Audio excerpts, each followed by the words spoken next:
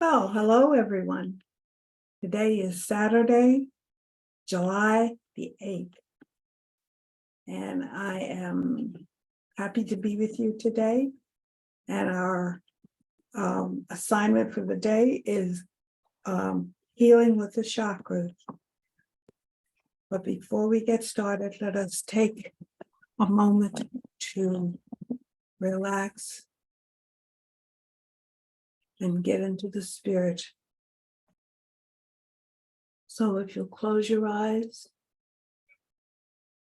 take in a full, deep breath.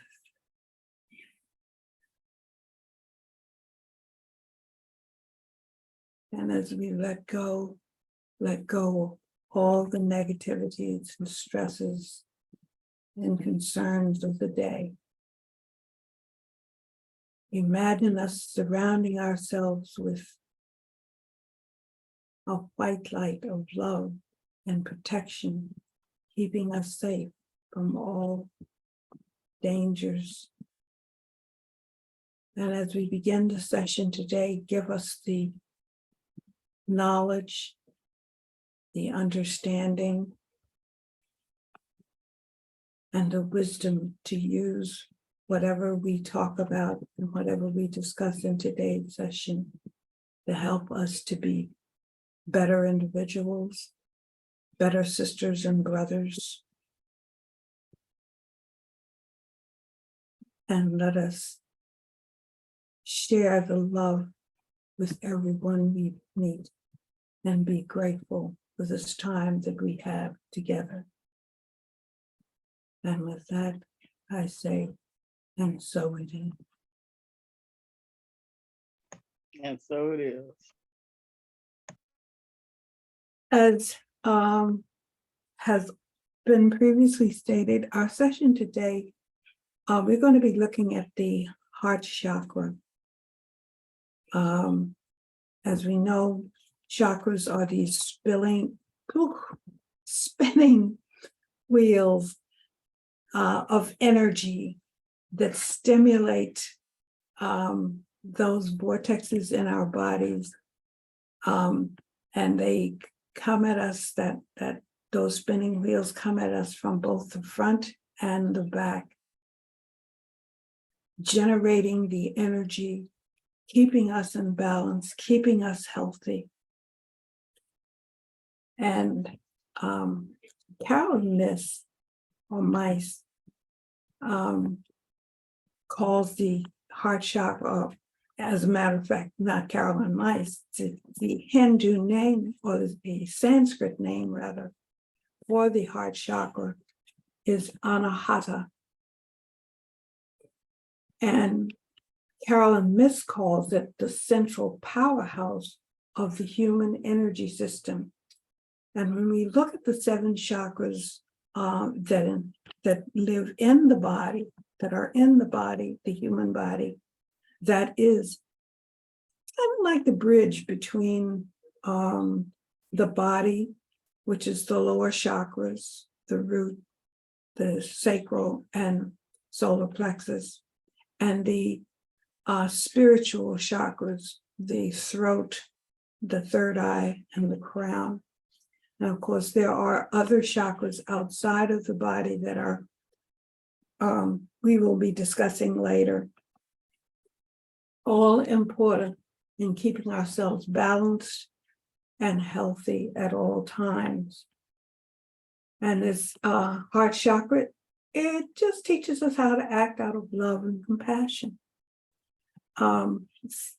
Several the items that Carolyn Myss talks about in her book,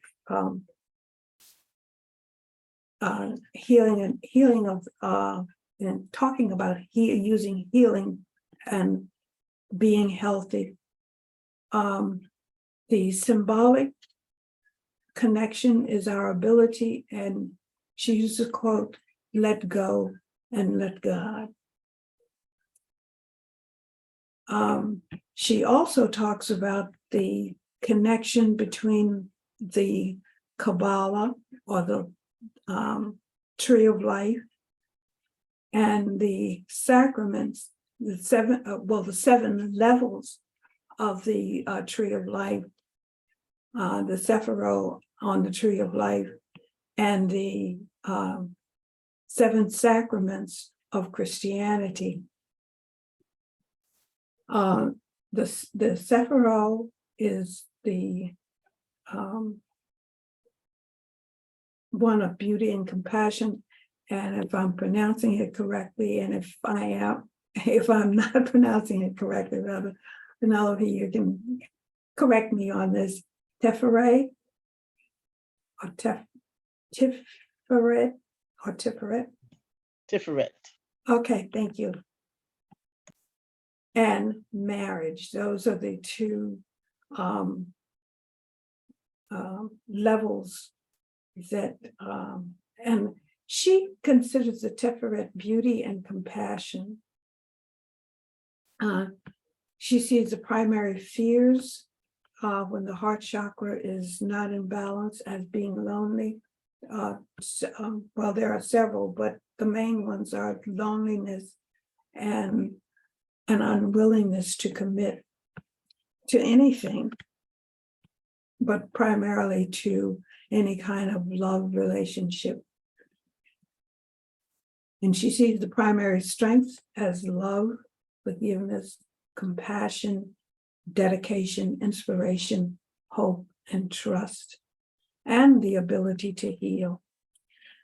And I kind of agree with that, because I feel like the ability to heal, if you can heal yourself, you can heal anybody, because it's just that aura, that energy that's around you that you can project onto others and helping them to heal. And of course, she sees the sacred truth of the heart chakra is love is divine power.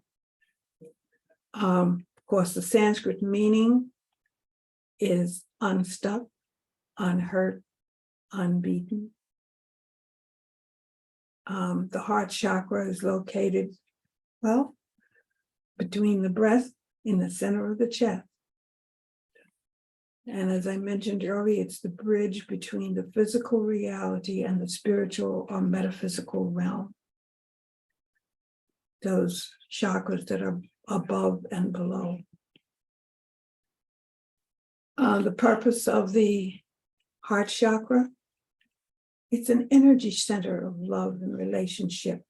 The color is green, which means harmony, renewal, and growth. And of course, the heart chakra also has a secondary color, which is pink.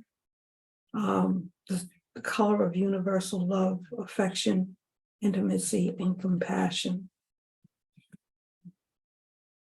And most of my research has shown that it is activated between the ages of 22 or 21 and 28. Any questions or comments so far? No, I just think that it's interesting that when you think of the color green, you don't necessarily think of heart, but that's where growth comes from. That's where you can tell when things are really healthy outside by how good the land is, by how Right. green the land is. Right, exactly. And when the land is green and blossoming, it's showing its love to us. We've been taking care of it, so it's taking care of us.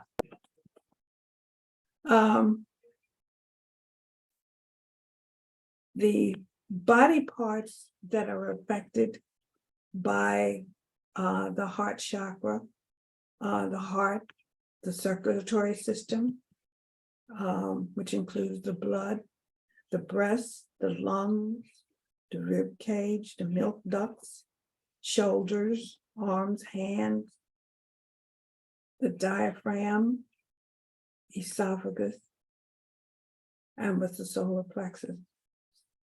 And of course,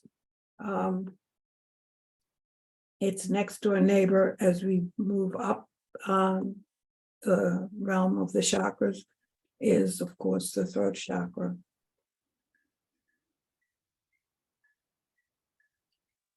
The glands that are affected include the heart and the thymus.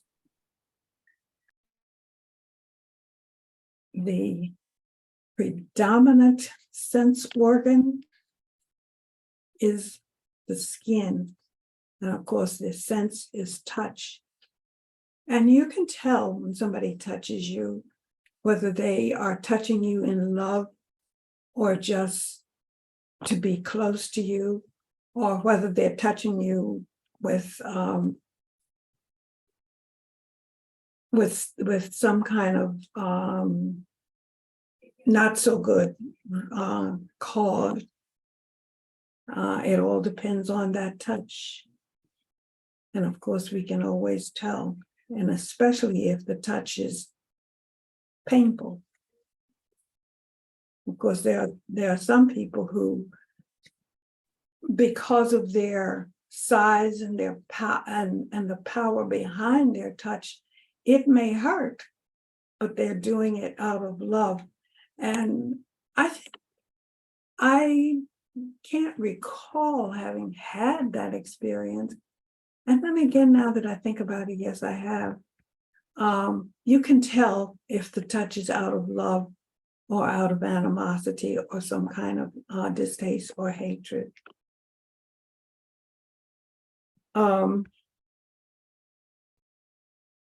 The active organ are the sexual organs. And of course, the diseases that we associate with the unbalanced heart chakra include lupus, Crohn's disease, Addison's disease, Hashimoto's disease, and I'm not familiar with that, and I forgot to check it out and look it up to see what it was. Lyme disease, multiple sclerosis or MS, psoriasis, type 1 diabetes, rheumatoid arthritis, IBS or irritable bowel syndrome,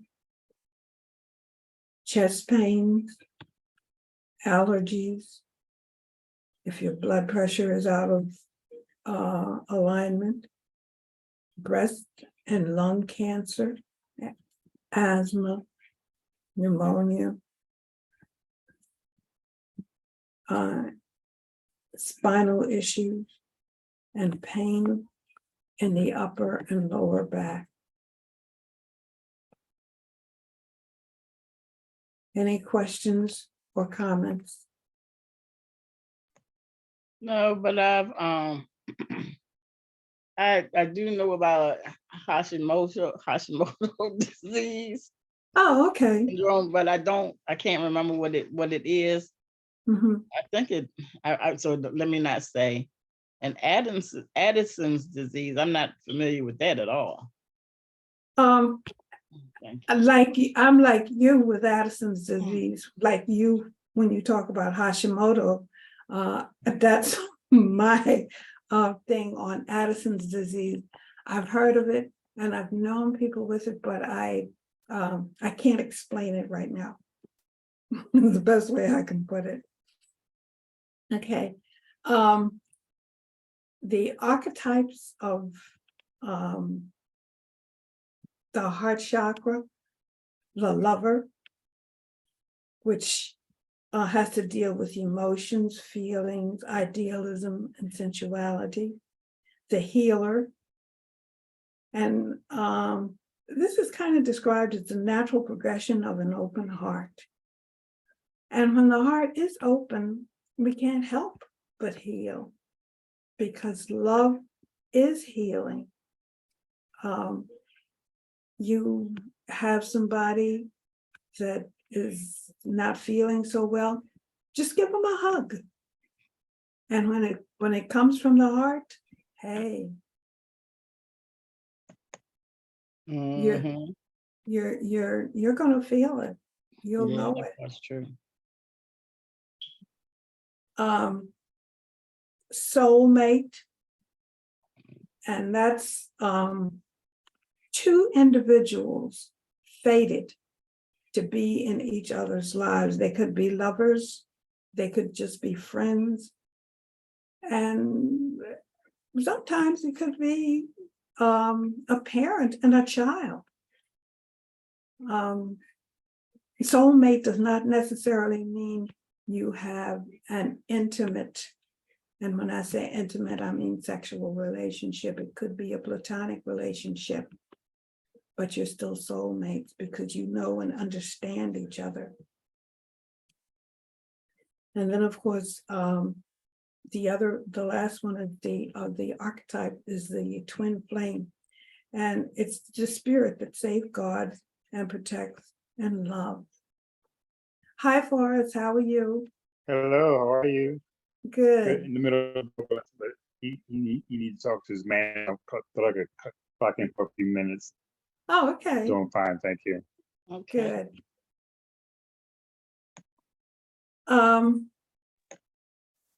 Yeah, the When whole concept of soulmates, because we have soul groups that we also are participate in. So we can, through each in incarnation and reincarnation, we can be in that whole group. mhm. Like we're Like probably Inner in the Haven, United States because of we're part of a soul group. exactly, like You Inner know. Haven. Right. Yeah. Hmm. Right.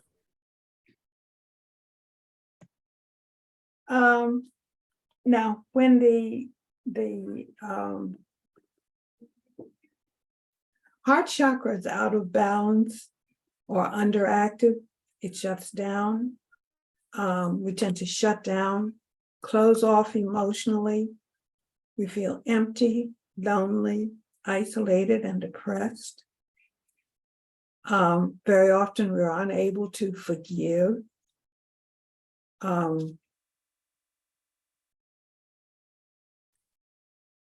Unable to cope or share. We lack self-love. Often feel victimized and always on the defensive. When the heart chakra is overactive, we're egotistical.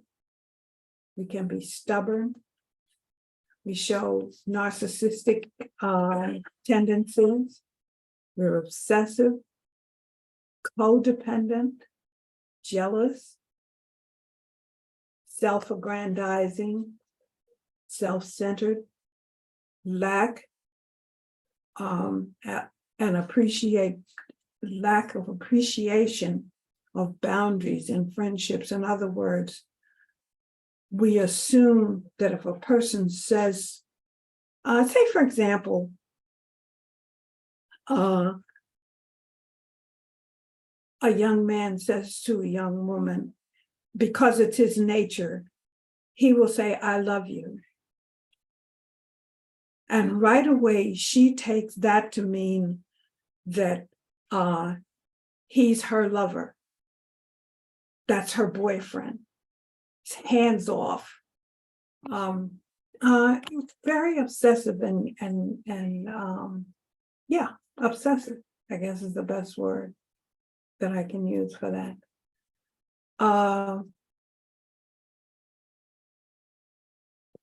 And they just take, and very often they will take a person whose heart chakra is overactive, will take relationships, take advantage of relationships. In other words, overstep their bounds, really, is what they're doing. And of course, if the heart chakra is balanced and in alignment, we have good judgment, we're empathetic, we're compassionate, motivated, and we're pure. We feel pure and unconditional love for everyone that we meet. And when I say pure and unconditional love for everyone we meet or everyone we encounter, it does not mean that we should not be cautious, especially if it's a stranger and we might be getting vibes that are not exactly 100% pure positive. Send that person love, but just be cautious. Any questions? No, that's good. I like that. No, thank you. Okay. Now this is where I found it really, really interesting. When they talk about the deities or the gods and goddesses associated with the heart chakra, they are all female except for one. And this one is an ascended man, an ascended master, the Son of God who lived on earth as a human, and that's Jesus Christ. So he is the supreme God when it comes to the heart chakra. And he, according to my research, he's seen in other philosophies or religions as the guide to see the darkness with light. In other words, he is the one that shines the light on everything. And doesn't he say that he is the light of the world? Yeah, that's what he said. Yeah. The next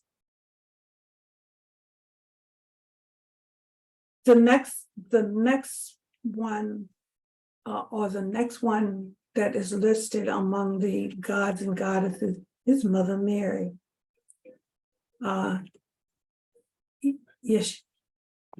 Yeshua's mother.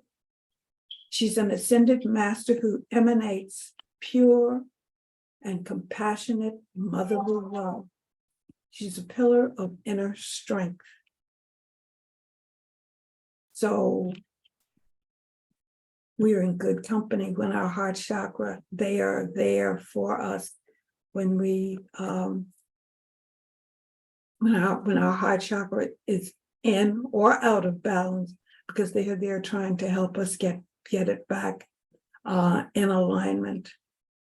And we know that if we have Jesus and Mother Mary working for us, what can be more pleasing and more comforting?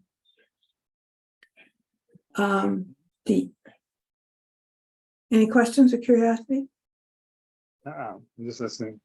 Okay. I think it's a kind of amazing that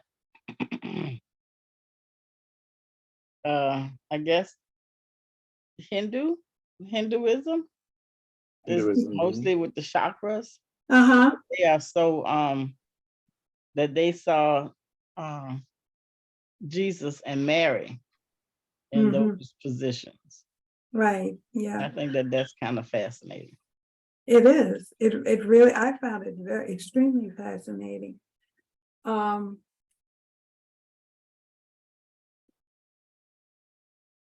The next one is a Buddhist goddess, and that is Kuan Yin.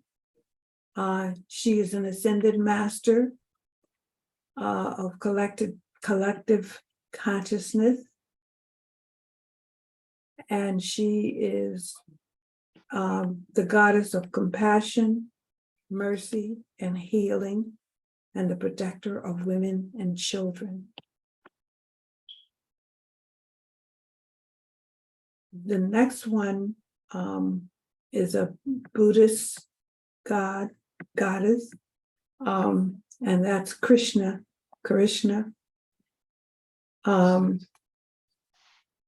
And I just realized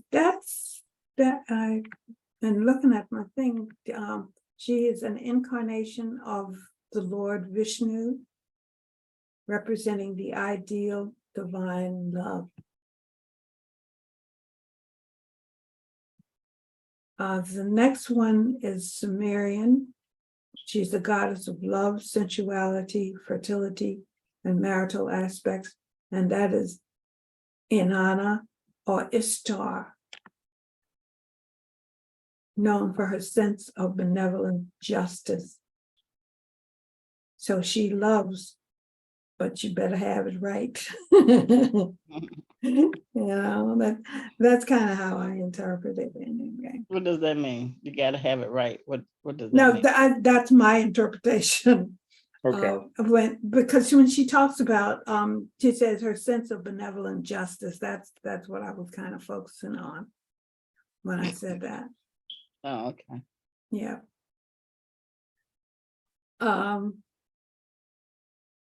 Amy, which is an Irish or Celtic goddess of wealth, love, and sovereignty. And Hera, who's the Greek goddess of loyalty, and she's also a dutiful wife. And I didn't mention who her husband was. Is anybody familiar with Greek mythology that might know who Hera's husband might be? I really don't know. I think it's wasn't she married to Apollo? I don't remember. But I don't know. I never really got too much into Romans and Greeks. Right. Mhm. I remember when I was in elementary school, one of my teachers, second, third grade, something like that, she would have story time instead of nap time. She would have story time, and she would read us stories. And among the stories were mythologies. But that was a long time ago, so I don't really remember. Mhm. Which, what the nationality of the different gods were. I just remember being fascinated by the story, but I never really follow up on it after I left her classroom. Mhm. I just remember, Hera from the Clash of the Titans. Yeah. Oh, okay. Yeah. Of course, the planet associated with the heart chakra is Venus, the planet of love. Not being familiar with the runes, I put this in, and I will be looking more into it as I put together my material. Okay. But with the runes, it's the ingwas, which is storage of a familial love. In other words, love of home and family. And kina, romantic and erotic love. So you have both kinds of love there. And I'm sure that when I delve into it, it's all unconditional. And this is where I found it, we're getting into the area now that I found really, really interesting. Any questions or comments? No, not right now. I'm just listening. It's really interesting. Learning. Okay. Mhm. Gemstones that are associated with the heart chakra, and in all of my readings, if there is an unbalance, or if you want to make sure that each of the chakras stays in balance, it's a good idea to carry or wear the gemstones. And I have seen, I guess you could call them like a little chain of gemstones which represent the 7 chakras. Mhm. They can be purchased, and you can either put them on a chain and wear them around your neck, or you can carry them on your person, in whatever way you choose. Mhm. Okay. My mind just went to the whole idea of perhaps doing one as a pair of earring, having one on each side of it. Gotcha. Yeah. It's my imagination, that's all. But the gemstones associated with the heart are chrysoprase, and that one I am not familiar with, but it says it heals old love wounds and supports cardiac health. So that's good, whether physically or it's good for healing physically as well as emotionally. Gyrosol brings renewal energies to love. So if you're in a kind of sagging relationship, carry the gyrosol or gyrosol. Idlecrease activates Eros energies. So if you want to get sexy, the mango calite or calcite nurses a broken heart back to health. So if you're getting over a relationship that you know will perhaps never be renewed, that helps to heal and get you back on board so that you can continue and move on to a new relationship. Mhm. Pink tourmaline, it opens the energy stream of unconditional love. So that sounds to me like pink tourmaline is a very good all-purpose, shall we say, Mhm. gemstone. Rhodochrosite, the rose of kindness, love, and possibility. It brings renewed hope. The rose quartz activates universal and unconditional love. And ruby, the soul of a deceased loved one. So in other words, if you've lost a loved one, wear a ruby in memory of that individual to keep that one close to you so that you don't lose their memory and the things that they taught you when they were alive and could be with you physically. Now, I just have a short statement for this next item, and if you would like and feel up to it, Penelope, you can expand on it, because it's the tarot card, and the tarot card is the Lovers. Mhm. Well, that makes perfect sense. How about that? Exactly, exactly. The divine feminine part of the Lovers, understanding and safety, and the divine masculine represents strength and power. Did you? Mhm. Yeah, and that's the sixth card of the major Major. arcane. And as we know that, from each card, we journey up from the last one. Mhm. Whereas the fifth card is the Hierophant, where it's very rigid, but the Lovers are more relaxed. Mhm. And the first love that you have is love for yourself. Exactly. You balance that love of self from both your feminine energy and your masculine energy, and then you include others into that love. Mhm. Any comments or questions for us? No, I'm just listening and learning. Okay. Mhm. Okay. The next section, we'll be looking at essential oils and herbs that help in healing and keeping the heart chakra healthy.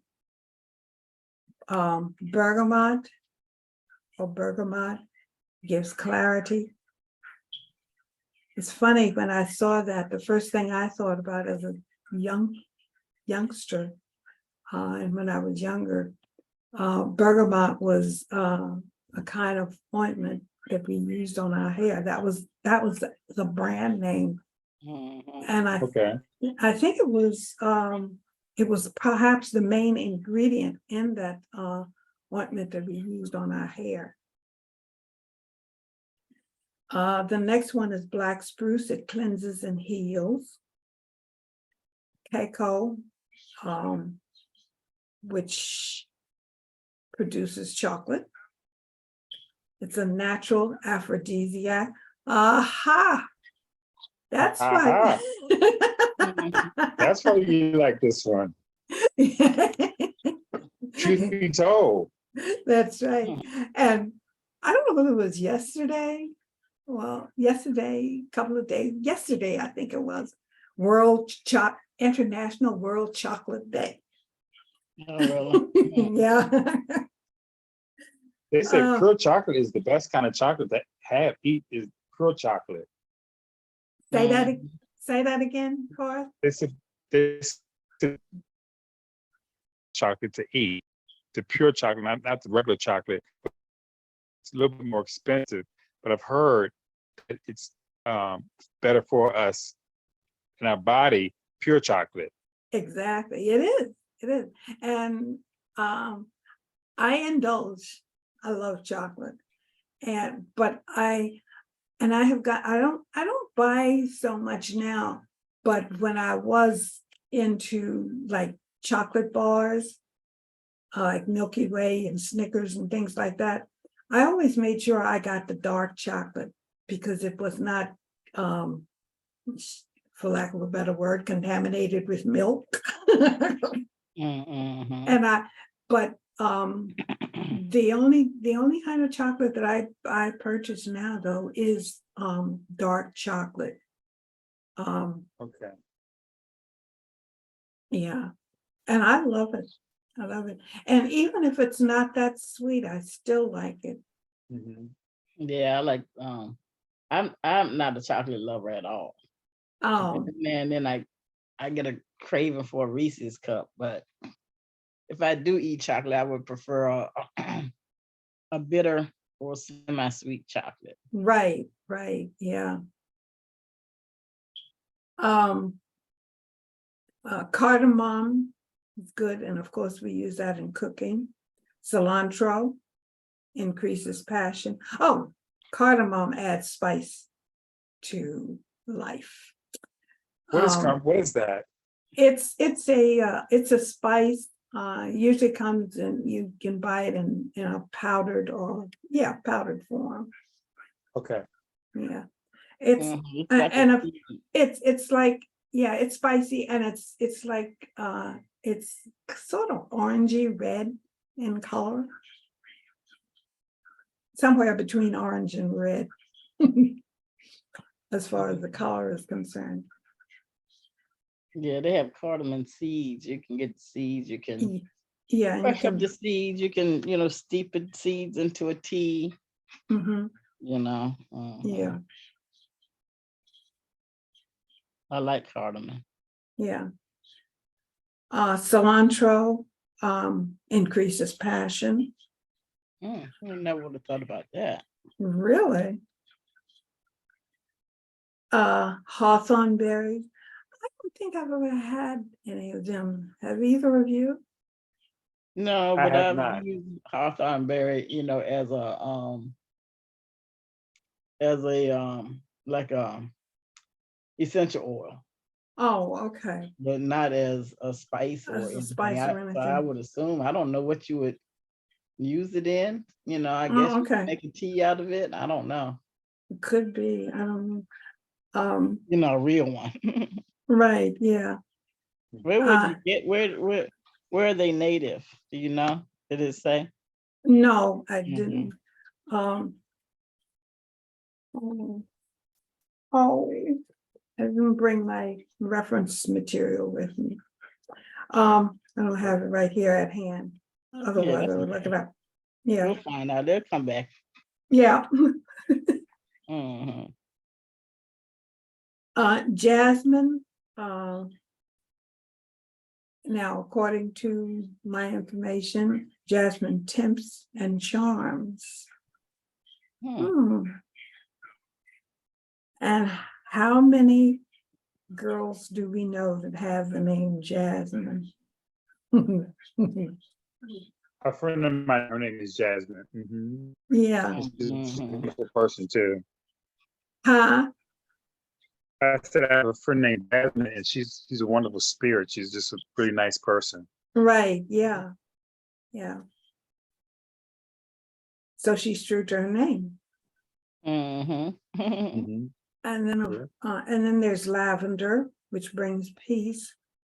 And how often do we find lavender in things, especially in laundry ingredient as a scent in laundry ingredients, and especially and it's often used to bring peace and tranquility, especially if you're in meditation or in Okay. your bed linens and things like that.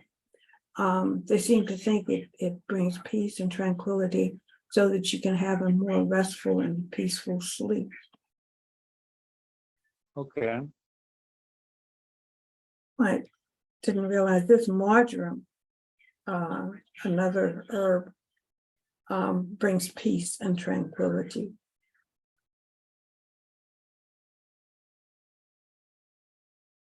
Palmarosa, I'm not familiar with. Mhm. Palmarosa, which I'm not familiar with. When I first looked at this, the first thing I thought about was Palma Christi, but that's I think that is different, because Palma Christi is what we get castor oil from. And Okay. I remember years and years ago reading the Palma Christi, and I was told to use Palma Christi on an injury where I had injured some muscles, and it does Okay. heal. And well, not Palma Christi, but castor oil. I'm sorry. Mhm. And I have used it. I use it, and I recommend anybody tell me they got an aching muscle or pain or in a muscle or something, rub it with castor oil and apply heat. Okay. That's my solution for any kind of muscular injury or pain. But Palmarosa, it says it enhances mood and beauty. So evidently it's like an essential oil. I'll have to look that one up. Parsley combines passion, and fertility. Interesting. And then, of course, rose guards the door of the heart, and thyme heals and purifies. And of course, some of these can be used and infused in teas. Others, you can put them in sachet pouches, because the odor, the smell, helps to pacify us, keeps us calm. With roses. Okay. Yeah, with roses and lavender, Mhm. jasmine, all of them. Any questions or I'm comments? just always interested in finding out, different modalities and that we can use to just make our spiritual life easier and better. Mm-hmm. Mhm. And you know, the thing that I find interesting about all of this is that all of these are God-given. They all come from above, but yet and Okay. still, with certain religions, well, I'm not going to say certain religions, with Christianity, many of these things that are what I would say God-given, whether it's the ability, the use of herbs and spices, the ability to read tarot cards, the ability to understand the message of numbers, all of those things, they're frowned upon by, from my experience anyway, they are frowned upon by Christians to be evil or Satan inspired. And I just don't understand it, because my take is that if God gave you that ability, that power, that understanding, he means for you to use it for the good. Now, yes, there are people that will take advantage of Right. others when they do have these abilities, and they will use those abilities for not so good purposes to take advantage of the downtrodden. And I mean, I can understand that. But then if you're a if you're one who is in touch, and I mean really in touch with the divine, with the spirit, then you will know something within you. It could be that gut feeling that you get in your solar plexus, or it could be that Yes. insight that you get from your third eye that will tell you, Okay. don't touch that, stay away from that. Okay. But if you're afraid of it, then perhaps you Back need away. to, yeah. No, when I feel that yeah, you're right. Yeah, no, but what I'm trying to say is the person that is afraid of, or that is holds things like tarot reading, numerology, and all those things in disdain. Why are they afraid of it? They don't understand it. They haven't tried to understand it because they believe what somebody else, not what the divine has tried to tell them. And they will listen to that somebody else as opposed to the divine, so that they can be in tune with the spirit. Okay. One of the things where, I always watch TikTok. That's where I get all my news and information. It wasn't until like the Gotcha. 1930s, because people had medicine gardens, and they had different herbs for medicines that they used. Some had vast medicines. Some people just only forage. Like the Indians. Yeah. And in the 1930s, Rockefeller wanted to start. He had a pharmaceutical company, so he went out. He created a campaign against natural medicines, and some of it was scary. Nature is, akin to witchcraft, or you could easily die from taking the wrong medicines at the wrong dosage and everything. So he put on a scare campaign to scare people away from using natural medicines. And that was the beginning of the rise of the pharmaceutical companies. Mhm. So instead of Okay. people using angelica for pain relief or cloves for teething babies, they began to get things from the Pharmacy. uh-huh. And then after that, Okay. most of the trees that were planted were male trees and not female trees, so that the trees themselves wouldn't Wouldn't propagate. propagate. Yeah. Yeah. And I just think that when one person sets up that kind of corporation for greed, Mhm. it's well, of course it's sad, but the information was lost.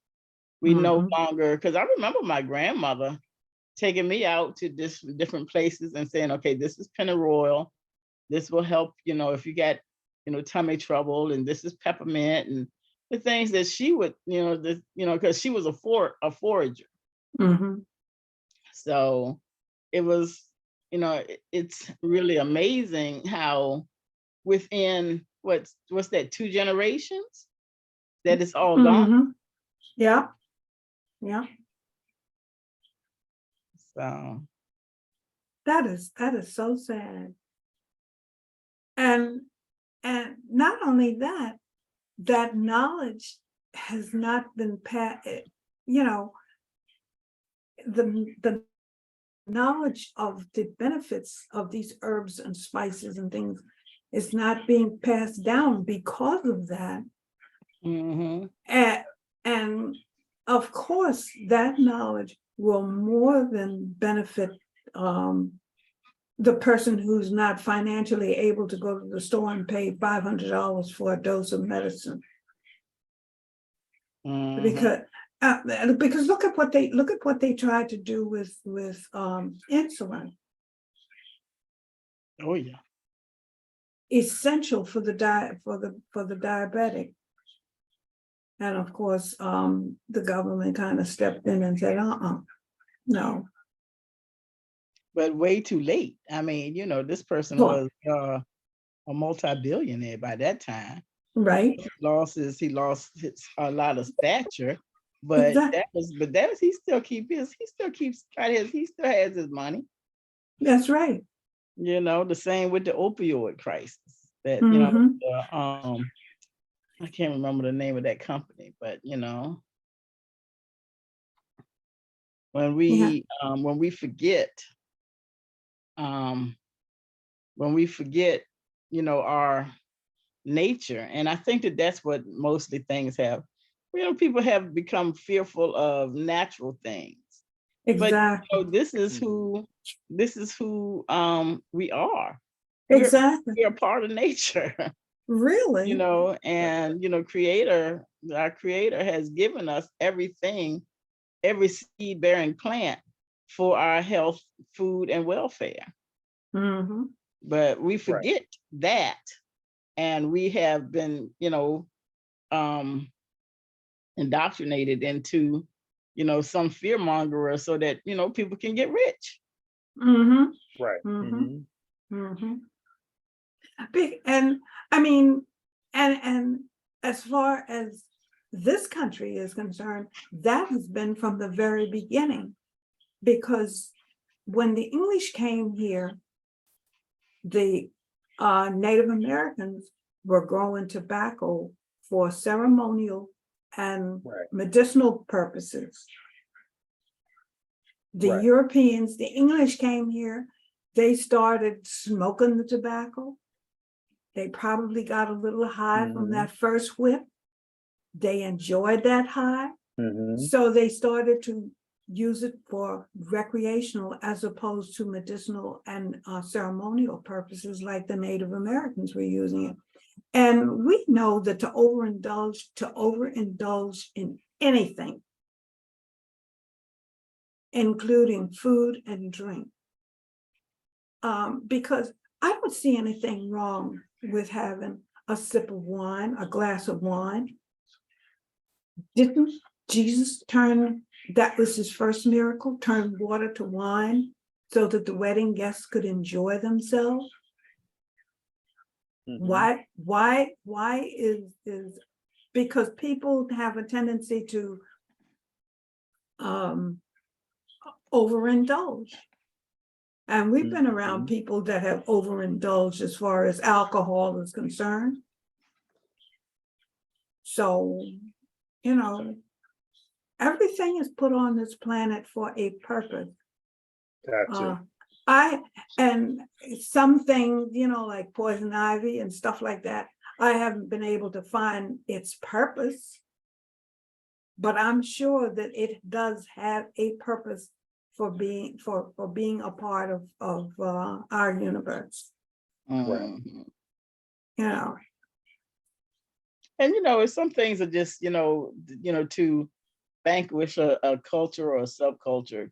Because when you think about in the 60s, the hippies, that was one of the things that they were terrified with, because the hippies were moving away from society, going off into places within their own communities and Right. learning how to live off the land, mm-hmm, you mm-hmm. know.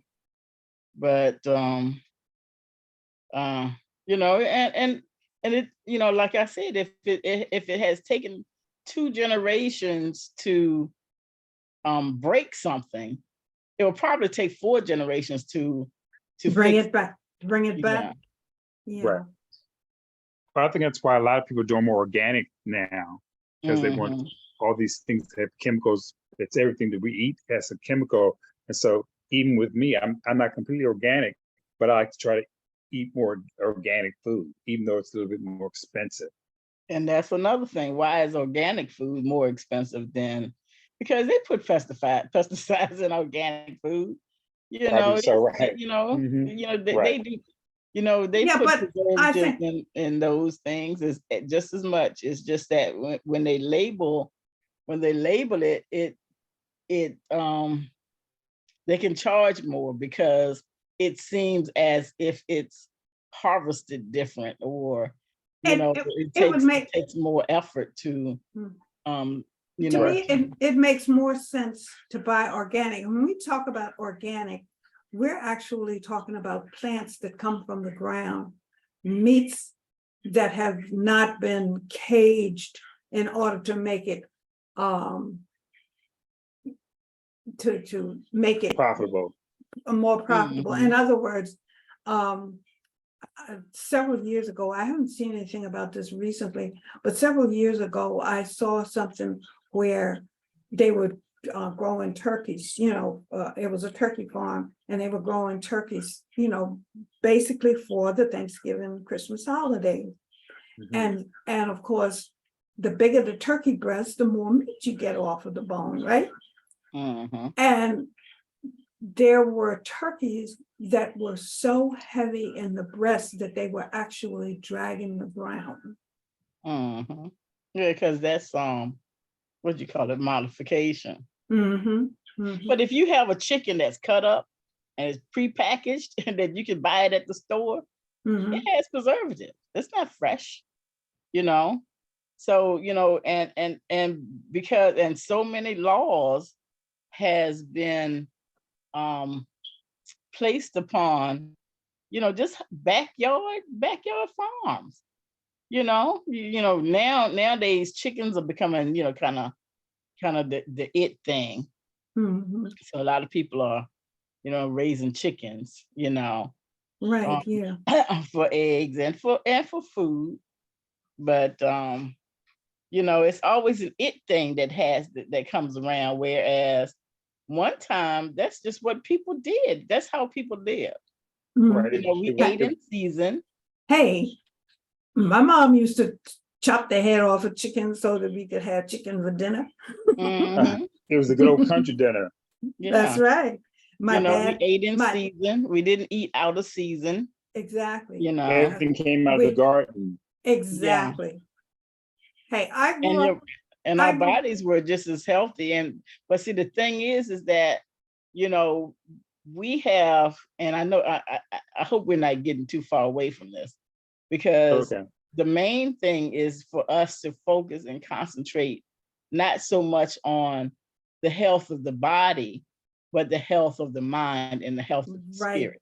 right. I And agree. Yes. and when we take in knowledge that helps us to think healthier, we will be healthier. Right. Yeah, because I mean, honestly, you know, that's what that whole thing in the garden was about, you know, the tree of the life and the tree of the good and knowledge of good and evil. Is Mhm. that, you know, we live by we live based on what is more nature, what More nature natural. provides, Mhm. as opposed to you know, things that, you know, are outside of nature. That's why people, you know, yeah, I mean, if you live in a place where it's cold, three, you know, three more than 3 seasons out of the year, well, then you do need to have canned goods.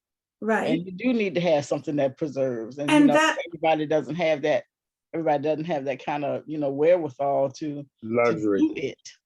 yeah, Mhm. but when I was growing up, my dad had a garden.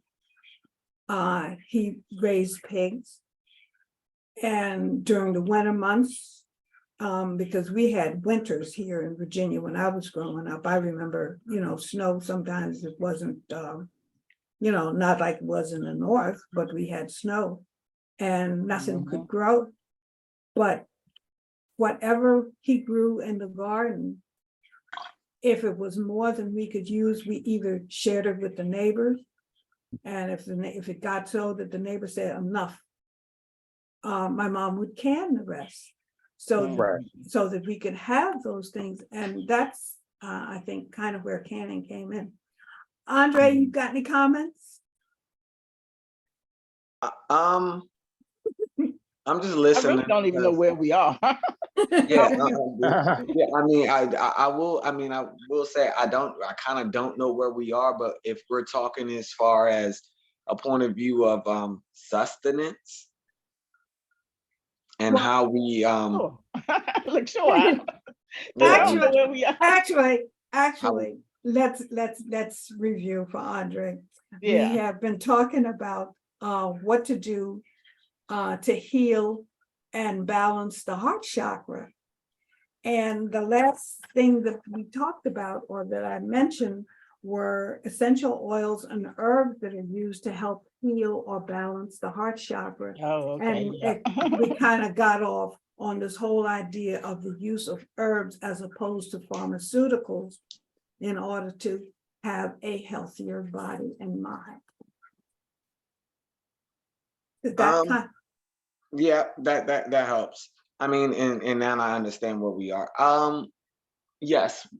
Do we have to eat healthy? Can we eat healthy?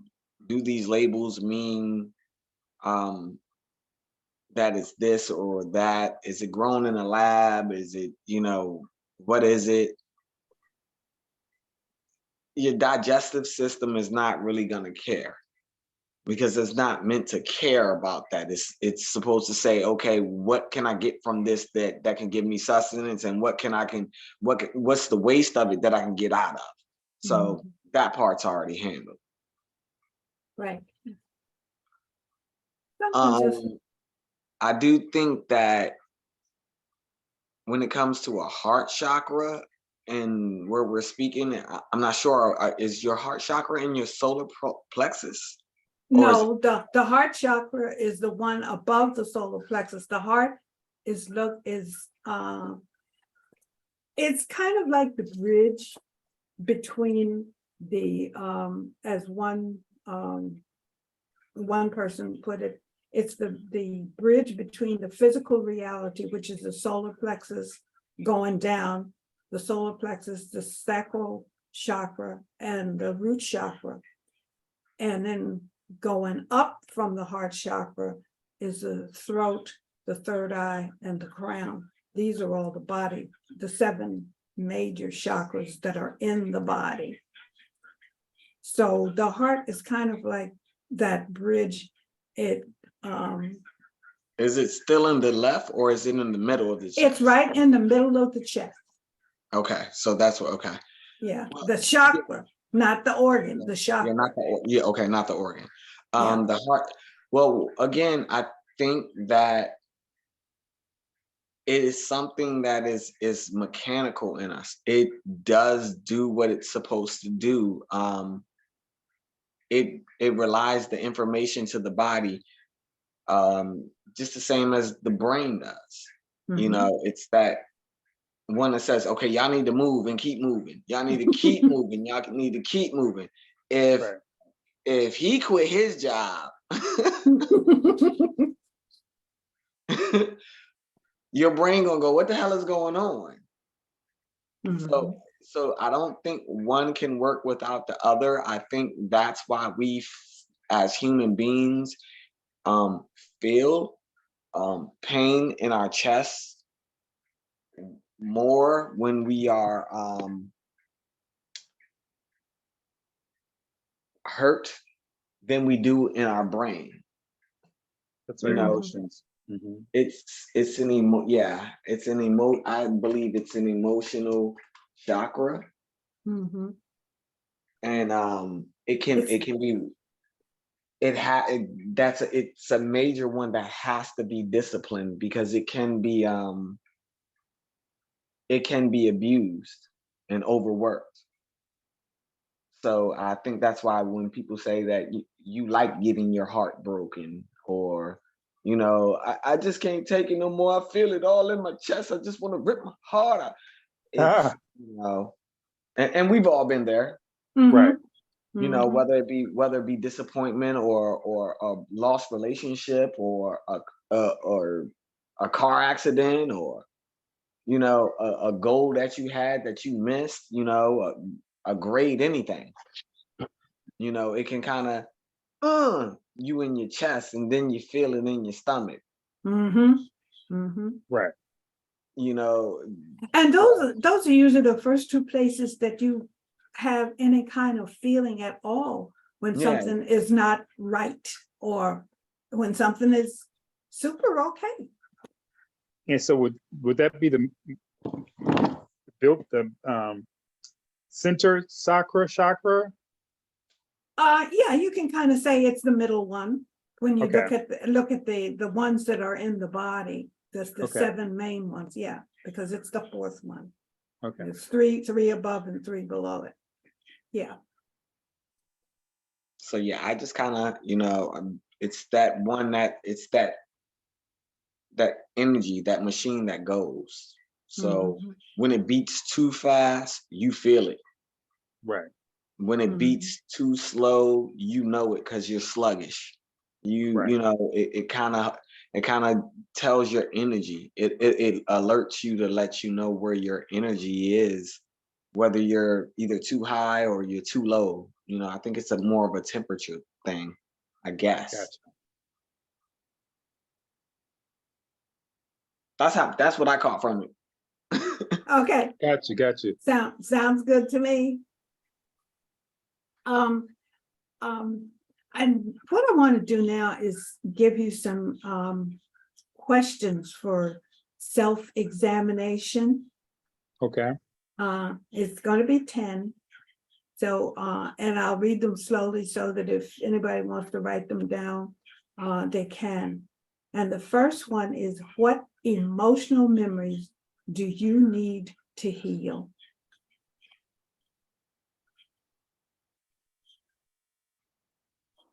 And these are questions that are good for journaling. If you feel like,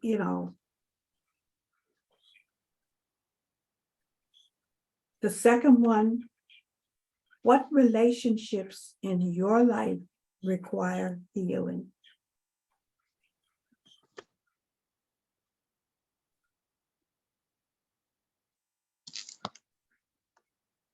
Number 3, do you ever use your emotional wounds to control people or situations?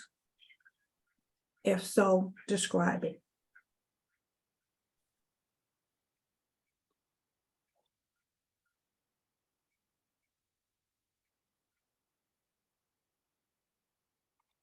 Number 4, have you ever allowed yourself to be controlled by the wounds of another person? What are your feelings about letting this happen? Say that one again. Have you ever let yourself Allowed control yourself to be controlled by the wounds of another person? the wounds? Oh, okay. Yeah.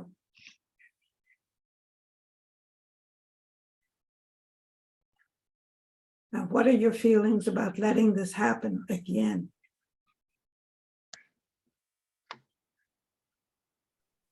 And what steps are you prepared to take to prevent yourself from being controlled that way again?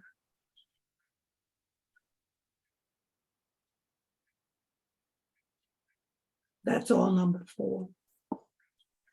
Number 5, what fears do you have about becoming emotionally healthy?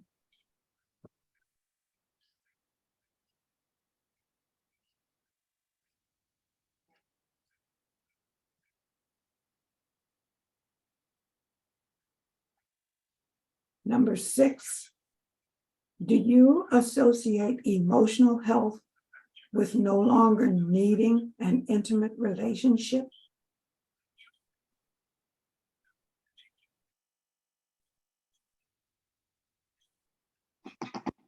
That's a very interesting question. Number 7, what is your understanding of forgiveness?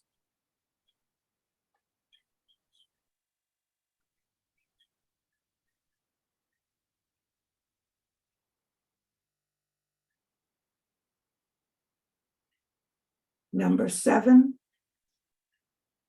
what is your understanding? Did I just read that? Oh, Yeah, what was your understanding of forgiveness? Yeah, I just read that.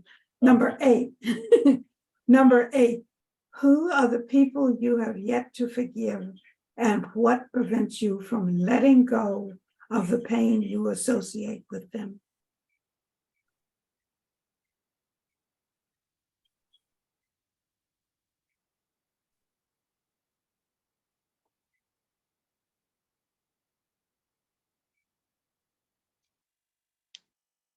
Number 9, what have you done that needs forgiving?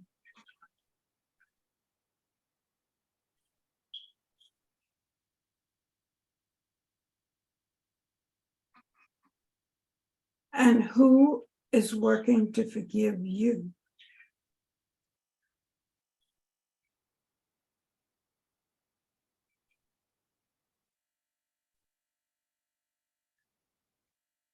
And Uh, number, oh, I'm sorry. Go ahead. oh, go ahead. You had a question?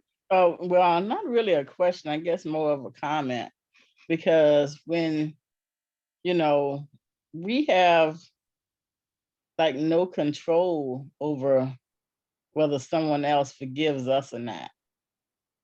That's why I think, we mostly can only forgive ourselves Right, and leave ourselves open for forgiveness. But right, I don't think that we can expect forgiveness from someone else, right. no matter what it I think- is. I No think matter that, what it is. right. But I think that question is, well, the initial question, what have you done that needs forgiving? And the question is, do you think the person that you have offended is is attempting to forgive you? Because, Oh, funny. huh? Nothing. I saw something. Oh, okay. I was talking out loud. Oh, okay. And I think that's where that question is coming from, have you offended somebody? Do you think that they are working to forgive you? That's kind of where that's coming from. You have no control over what they do or how they feel or how they think. But you can only, all we can do is just ask Ask for forgiveness, forgiveness. Exactly. Yeah. you know, Yeah. and if they choose to forgive or not forgive, and they might need space and time, I think that I don't think it's for us to kind of like It's not. badger them, It's just not. always It's not. show up to say, have you forgiven me yet? I'm so sorry. Have you forgiven me yet? I think that, I sometimes think that's making a bad situation worse. I think we just need to allow them to forgive in their own time, or they might not forgive. And we Exactly. have to be, We have to forgive them and move on. we have to be cool with that, Exactly. you know, Exactly. Yeah. whether they forgive us because everybody's in our life for a reason and a season. And this is one of the things that I do like about understanding more and more about reincarnation, because the more things that I let go of and that person let go of, that's Mhm. the least likely the chance of reincarnating back. Exactly. Exactly. So it might look bad to us at the moment. Oh my gosh, he or she never forgave me for that. But in actuality, it's a detachment. They're detached from emotional I guess what emotional ties. And so am I. Exactly. Mhm. Exactly. It might not always seem easy, Mm-hmm. but I think that we all have our lessons, Yes. and maybe their lesson is just to simply learn how to forgive. Exactly. You got to Yeah. forgive everybody all Yeah. the time. It's like Exactly. Jesus said, you forgive 70 times, 77 times. Mm-hmm. You don't stop forgiving. Exactly. Exactly. So Okay. And the last one, what is your understanding of a healthy, intimate relationship?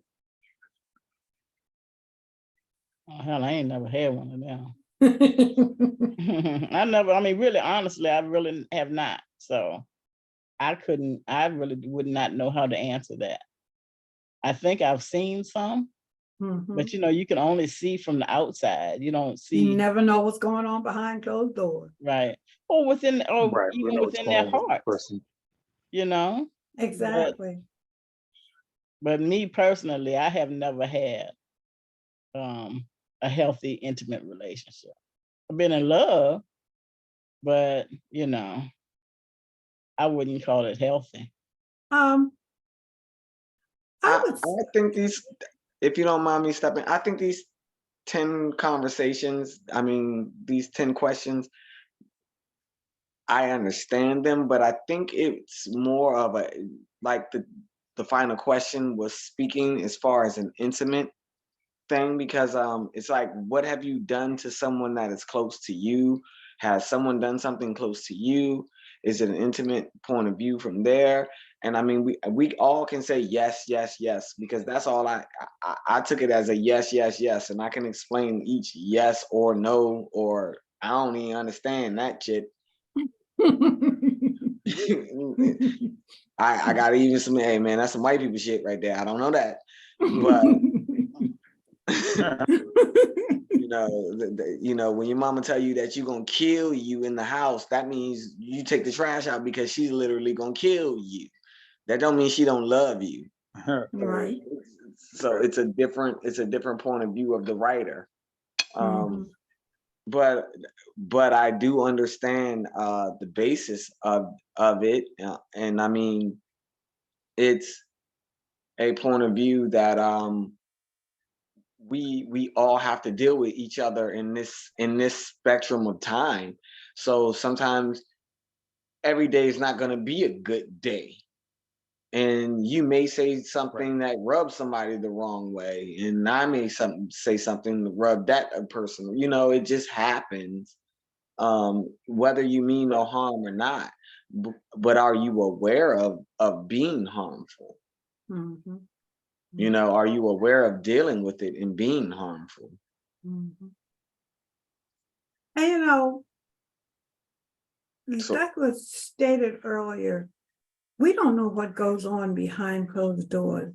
And I have known couples and know couples that have been together for 50 plus years. And the longer they remain in that relationship and they work on their relationship with each other, they will not hesitate to tell you, hey, we've had our good times and we've had our bad times. And there have been times when, you know, I might have been ready to give it all up. But somehow or other, I mean, look at a couple that we're all familiar with. Look at Bill and Hillary Clinton. I mean, what he did when he was president of the United States, and he, you know, was what we would term unfaithful to his wife, but she stuck by him because I guess she felt that their relationship and what they had was worth more than them breaking up or, you know, going their separate ways. They saw each other as a rock. They were each other's rock, I guess is the best way to put it. And do I want to give all of that up? No.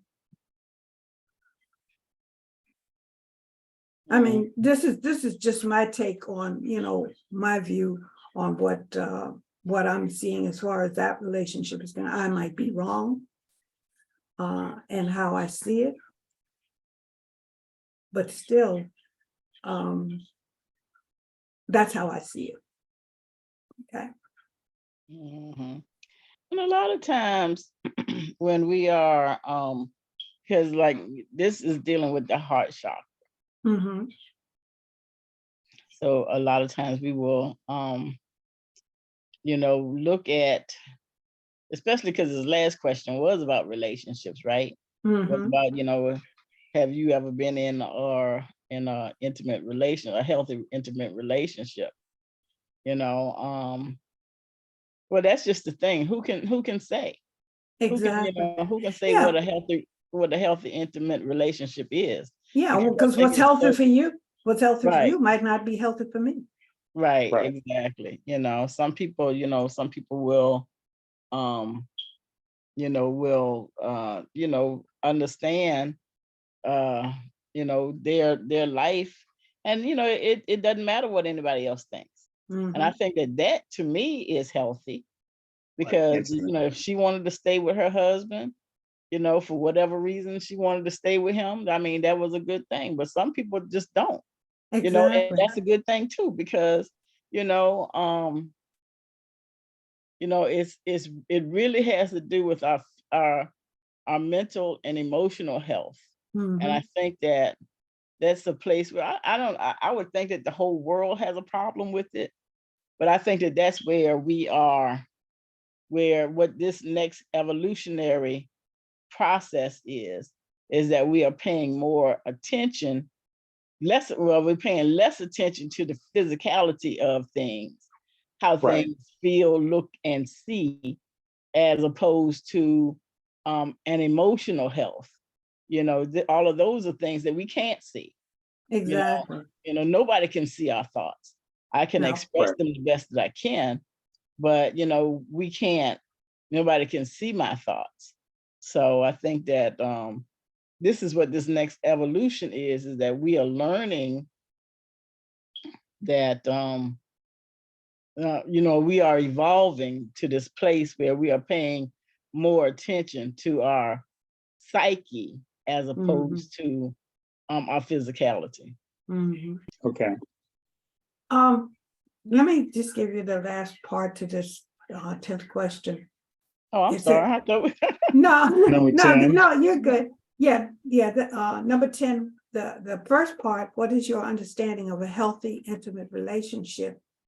And then it goes on to say, are you willing to release the use of your wounds in order to open yourself to such a relationship? Nope. Nope. Nope. Nope. And I think I would say that is universal, because I feel the same way. That would take a real, I really need to see spaceships come out the sky. I really need to see rainbows and unicorns fly.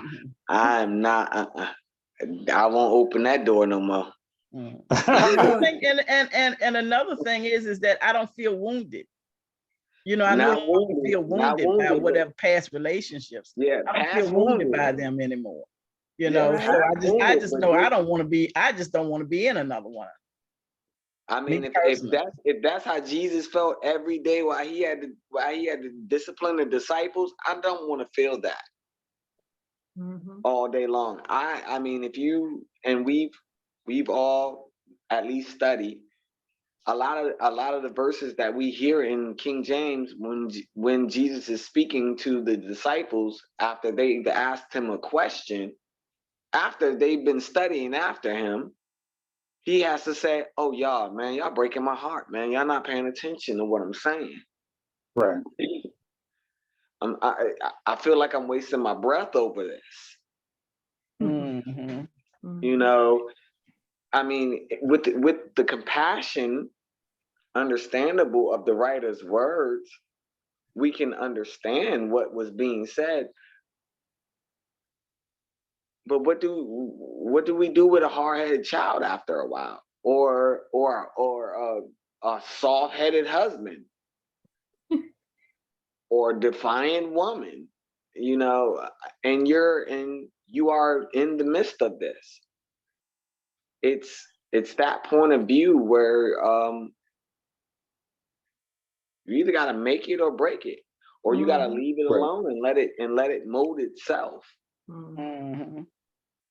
It's either gonna come to fruition of the relationship that you want, or it doesn't. And like I say on that question, I don't understand it, because it's speaking of an intimate relationship, and intimate to me, to use that word as intimate, is more of less something between a partner and their partner.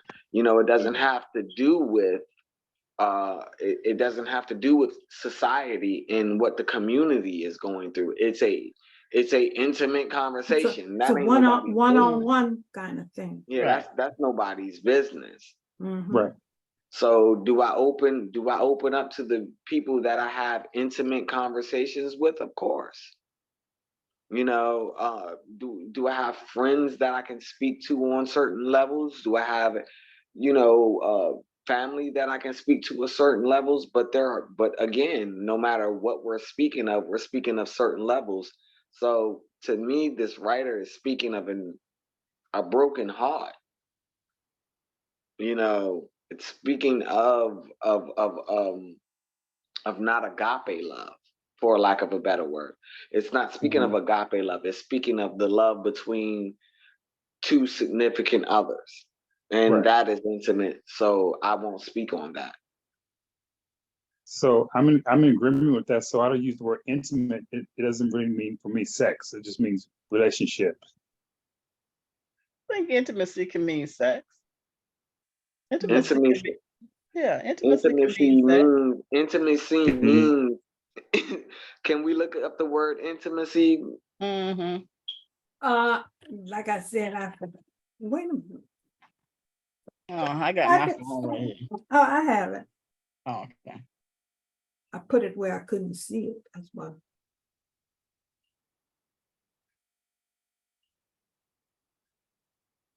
Come on. Oh, come on. It says, I have it. Okay. Let's see. The noun. And I don't, I just pulled this up on my phone, so I don't know where this is coming from. Close familiarity or friendships. Closeness, the intimacy between a husband and a wife.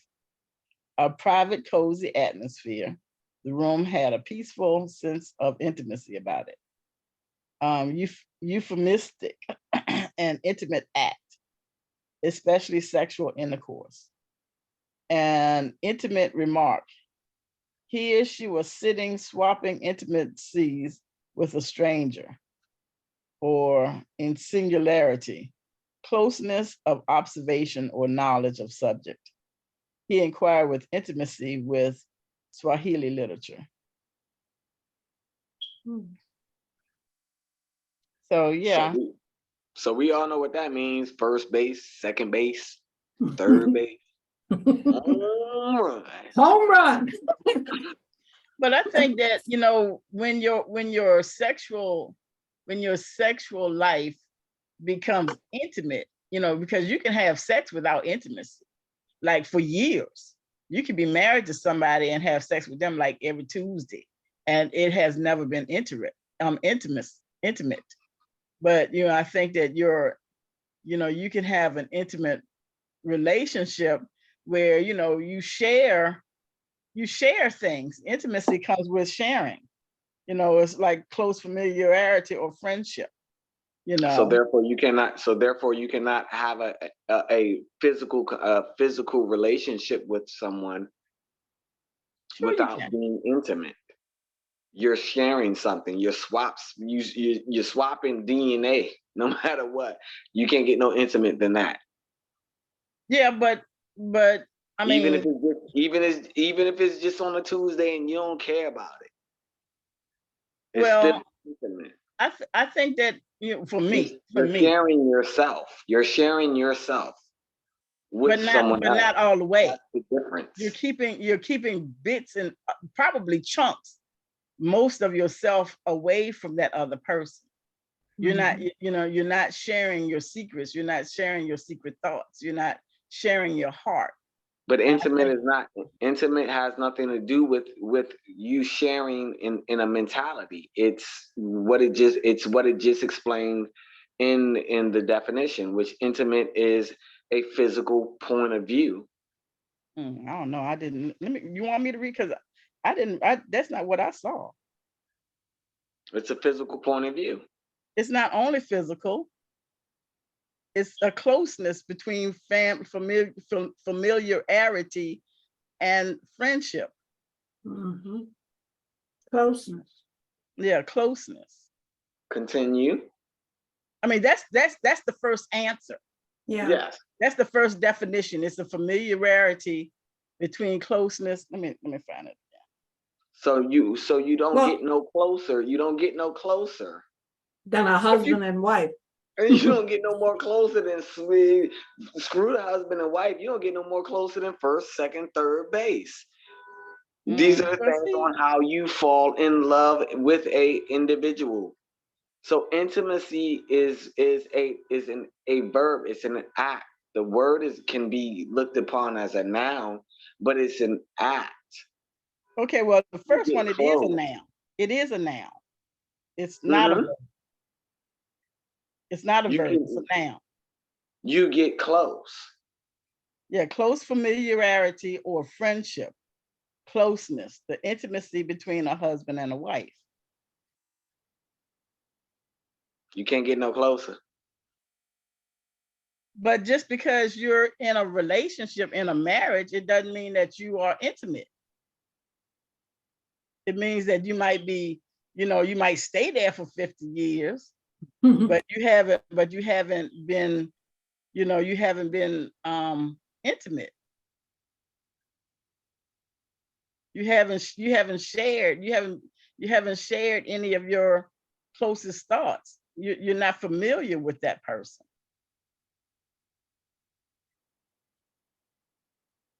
That's how I see it anyway. I see that you can stay together with somebody for 50 years and never be intimate with them. I call that slavery. It is. It is. I call that slavery. It is. It is slavery. So I then, agree so with that. we're not. So we're speaking two different words. Because But if you're not intimate with someone, I understand what you're saying in the point of view that you're making. You can hide certain things from someone and not be fully intimate on that point of view. But we're speaking as far as what it is. No, you don't know what something is, but you are as close as a husband and wife, or you are in a sexual account as of, like I said, please read on when they said this woman was more intimate in this bravado. That doesn't mean that, okay, you're having sex. That means maybe well, you're euphemistic, and maybe intimate act, especially sexual intercourse. So therefore, exactly the word right there, especially. Yeah. So therefore, you don't have to tell anybody who you are or what you are about. The most important thing of intimacy at that point in time is that you are in a sexual act, which is the closest that you can possibly get to another person. Physically, but you don't have to be intimate with that person. Can I? Yeah, go ahead, Harriott. Yeah. To me, I don't care what the dictionary says. To me, an intimate relationship is when two people are so intertwined with each other that they can read each other's thoughts, they can finish each other's sentences. Sex ain't got nothing to do with it. It's that bond between two people that allows them. And I mean, I don't have to tell you everything, but you know exactly how I feel about something or how I view something because you know me so well, or I know you so well that you don't have, I ask you a question, but I know the answer before you give it. You don't have to give it, kind of thing. Mm-hmm. To me, that's intimacy. I mean, that's my take, rather, on intimacy. Of course, sex don't hurt. It makes it that much more pleasant. Oh. There is a word for that. It's called love. Thank you. Called in love. Thank you. Intimacy is the action to precede you to be into a point of view of love. To understand a person. You're intimate with a person to understand that person. You're getting close to that person to understand that person. And that's what the heart is all about. Mm-hmm. And that's why I don't want to have an intimate relationship with nobody. Because I don't really want to know you that well. I don't want to do it. Don't tell me what happened in 3rd grade, please. Oh. Are you so funny? Oh. Well, I, for some reason or other, I have lost the We were on video. number 10. Oh, that was number 10. That was number 10. Yeah. What is your understanding of a healthy, intimate relationship? And are you willing to release the use of your wounds in order to open yourself to such a relationship? That's number 10. Mm-hmm. What I started to say is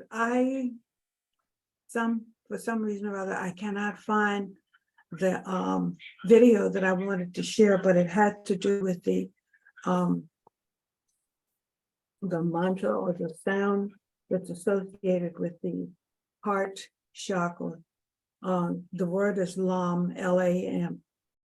And let me see if I can pull it up. I thought I had it, but it was just the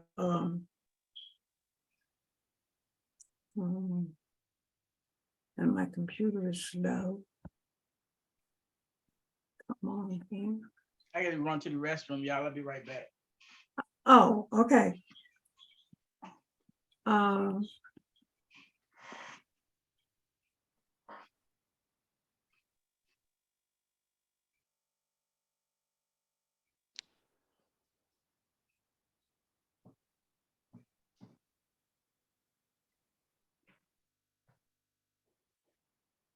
Let me see with this one.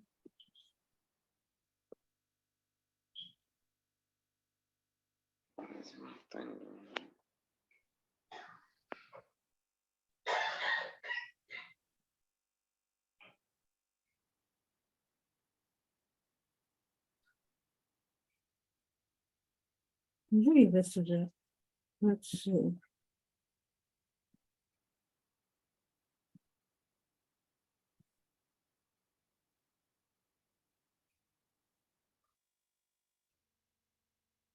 Oh.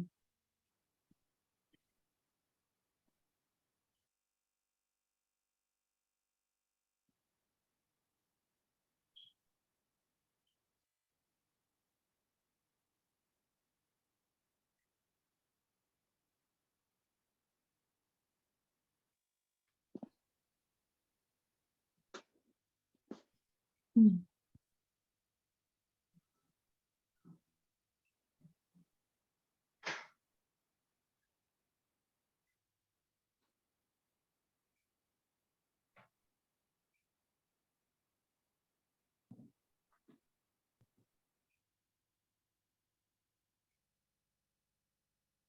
Me, are you? Huh? Y'all weren't waiting on me, were you? Yeah, because what I wanted to do was play the this is not the one that I had first, and I can't find the one that I wanted to use, but I'm going to use this one Okay. because it has the same vibration megahertz. Right. So if somebody, oh, wait a minute, I think I can do it. Give us 5 minutes of sound and just remember this, Okay, I can do that. the sound. Oh, you're gonna do the timer for me? Yeah, I can do the timer. Okay. Just think the Yes, sound. second. I think of the sound, the mantra Lam or the tone Lam. Okay. Just tell me when you're ready. I'm ready now. Okay, I'll start.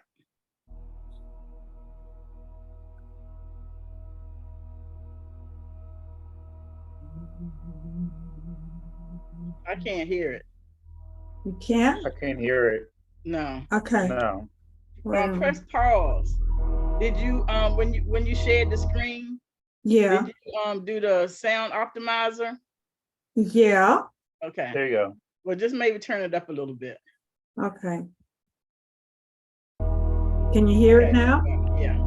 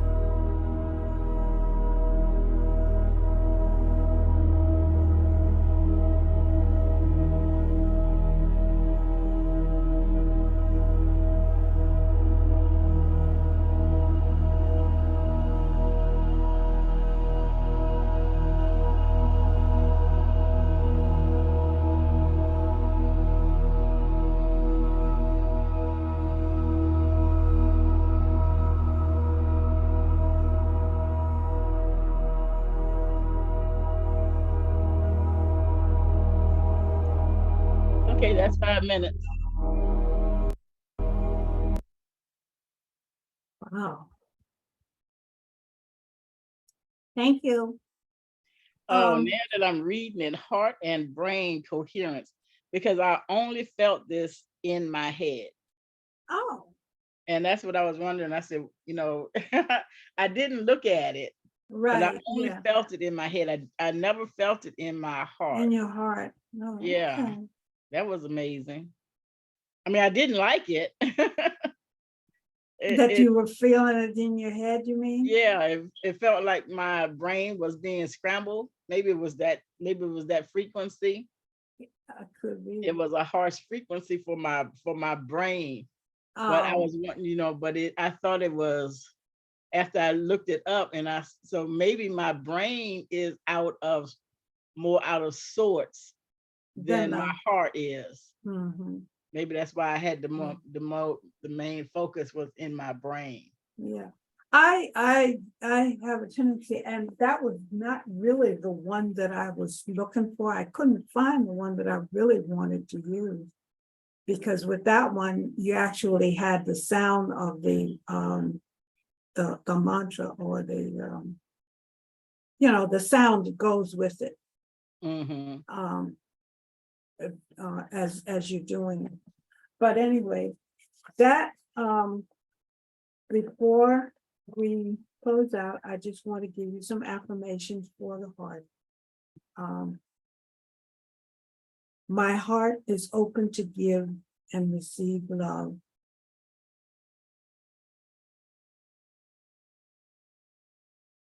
I feel compassion for myself and others. I am a conduit for love and peace.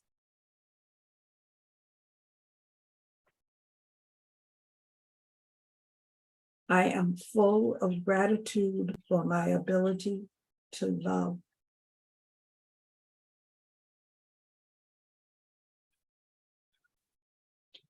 My heart is full of unconditional love for all beings.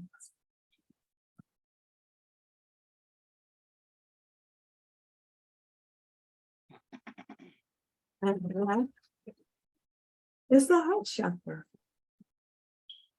Any questions or curiosities at this point? Or comments?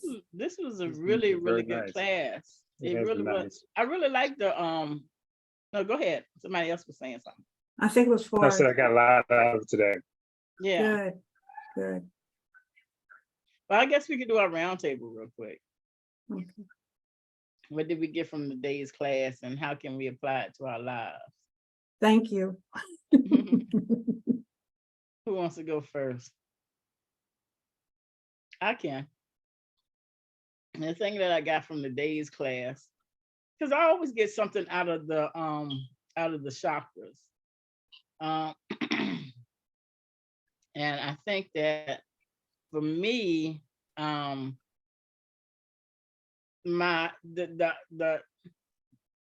after noticing, especially with that meditation, is that I don't know if it really sank in to my heart as much as other Chakras. Chakras?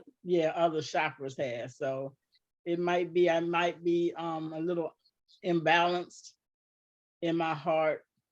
So I think I want to pay more attention to what my heart chakra, where my heart chakra is. And I think that that's something that I noticed throughout this session. So I think I want to work more in my heart chakra. Anybody else? How about you, Harriott?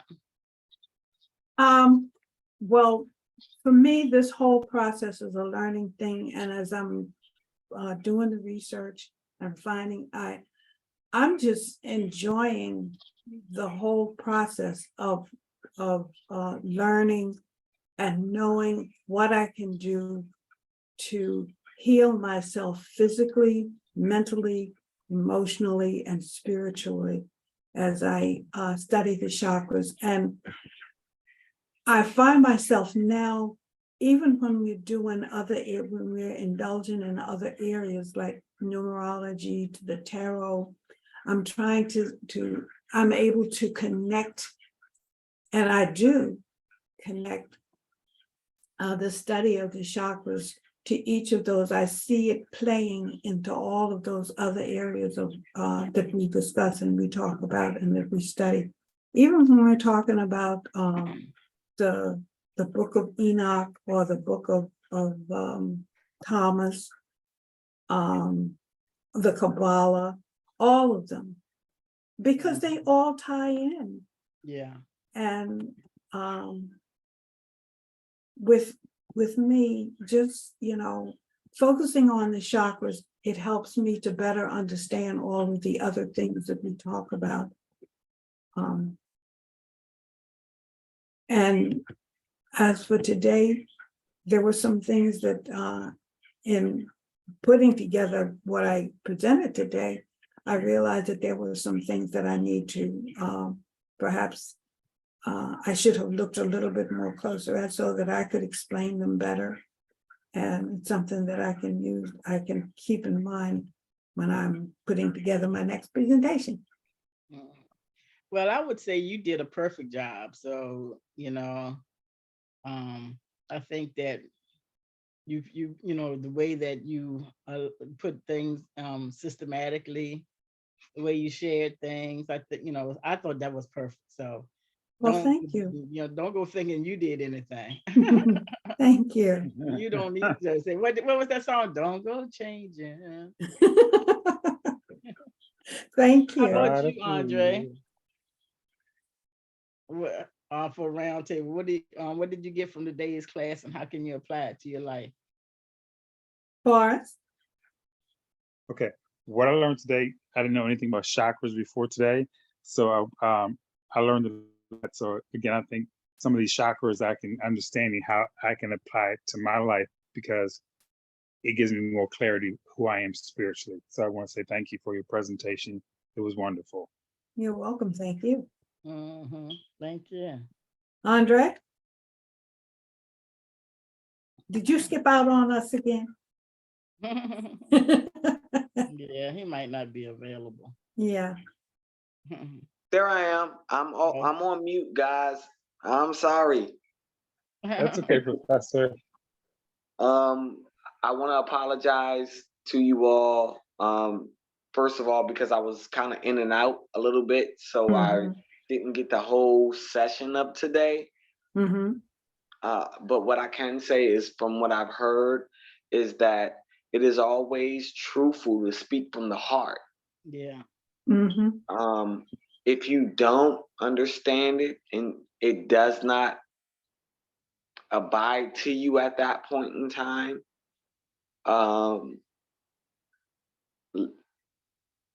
it's okay. Yeah. If people do not understand where you are or what's going on with you, and you're living in your heart, in your truth, it's okay. Yeah. You can never, I hate to say it like this because I don't want to sound like it's rude or it's always anger, but no one can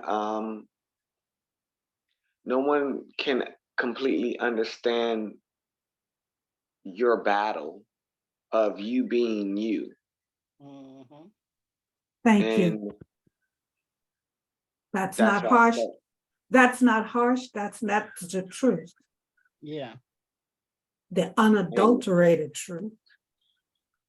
And when you be you, and when you are you, and you go through the experiences that we have talked about, whether it be the heart chakra and how that can be illuminated or damaged, or whether it be the solar plexus or the crown chakra or the throat chakra, they will all we will all experience these things in that manner, and we may not all experience them at the same time. Mhm. And that's the funny thing about why most of us don't like numbers, because numbers you never know what numbers you're going to get, you know.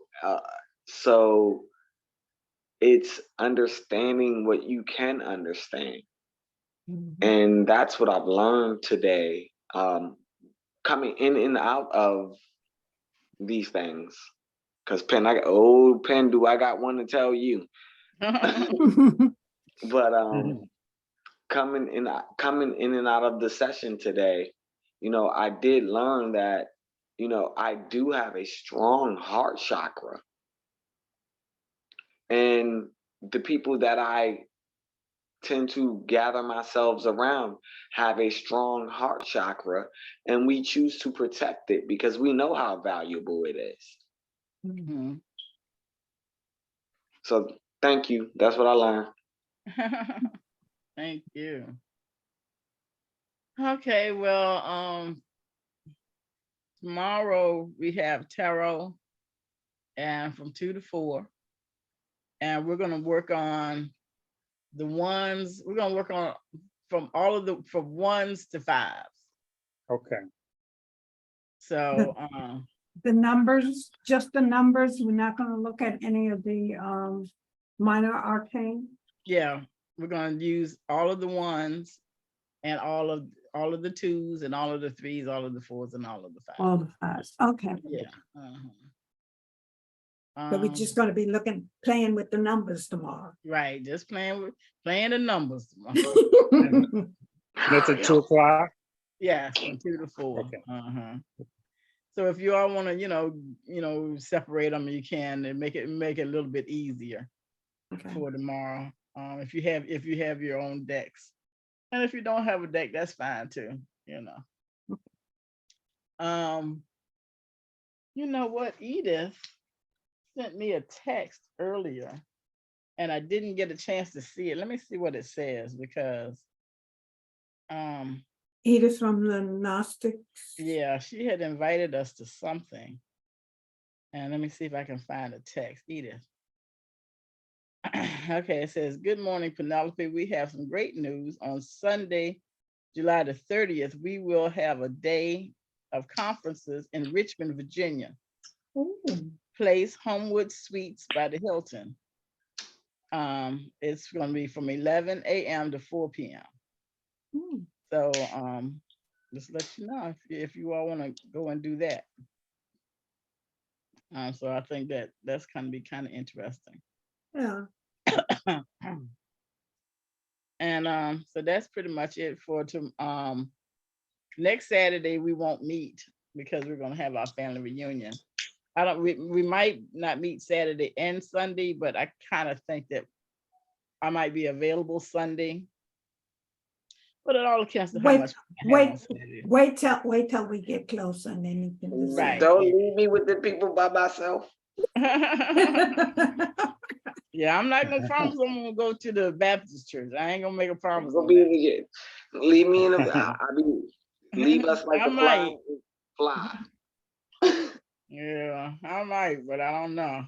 So They have anything planned for Sunday afternoon? huh? Do they have anything planned for Sunday afternoon? Church. They're gonna go to church somewhere. And like oh, what's his name? Musician, not Louis Armstrong. Oh, I can't think of his name now, but he's a jazz musician. And I saw him at a music festival. And he said one thing about us Baptist folks, he said, we go to church on Sunday and we stay until Tuesday. Right. Yeah. And I think afterward, I think they're gonna I think they're supposed to be going somewhere to eat, like at one of the Golden restaurants Corral or something like yeah, that. Golden Corral or something.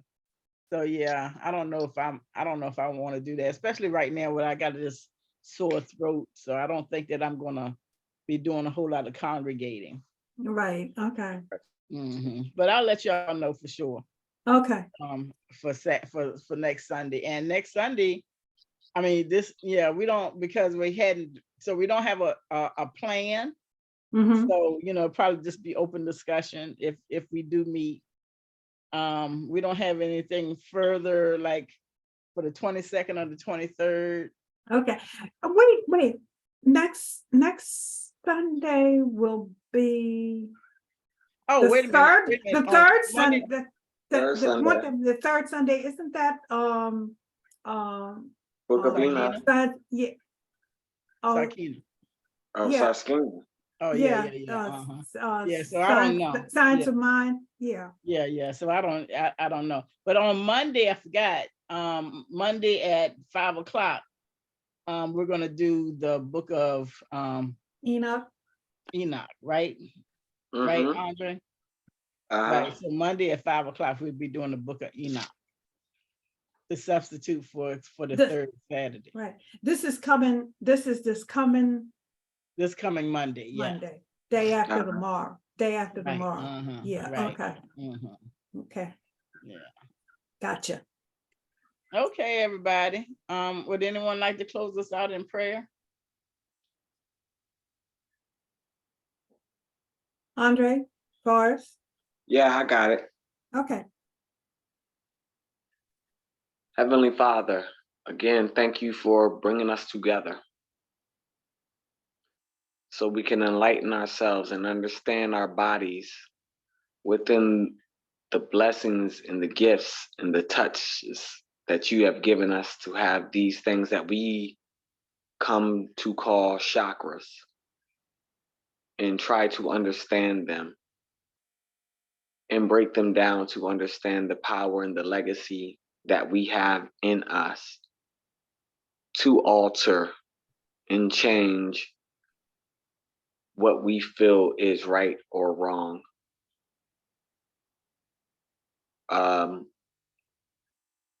Let us be able to use these chakras for the knowledge that we have had this week and coming into another week with so many things going on. Allow us to be the leaders that you have made us, that you have blessed us to be. Anoint us with that word responsibility so we can move forward and we can put the smiles on the faces of the people that we genuinely love and how we genuinely see this planet that you want us to see it as. With all these said, peace and blessings. Peace and Blessings. blessings. Love you. Thank Love you. you all. Love you too. Bye-bye. Bye all. Goodbye. Bye-bye.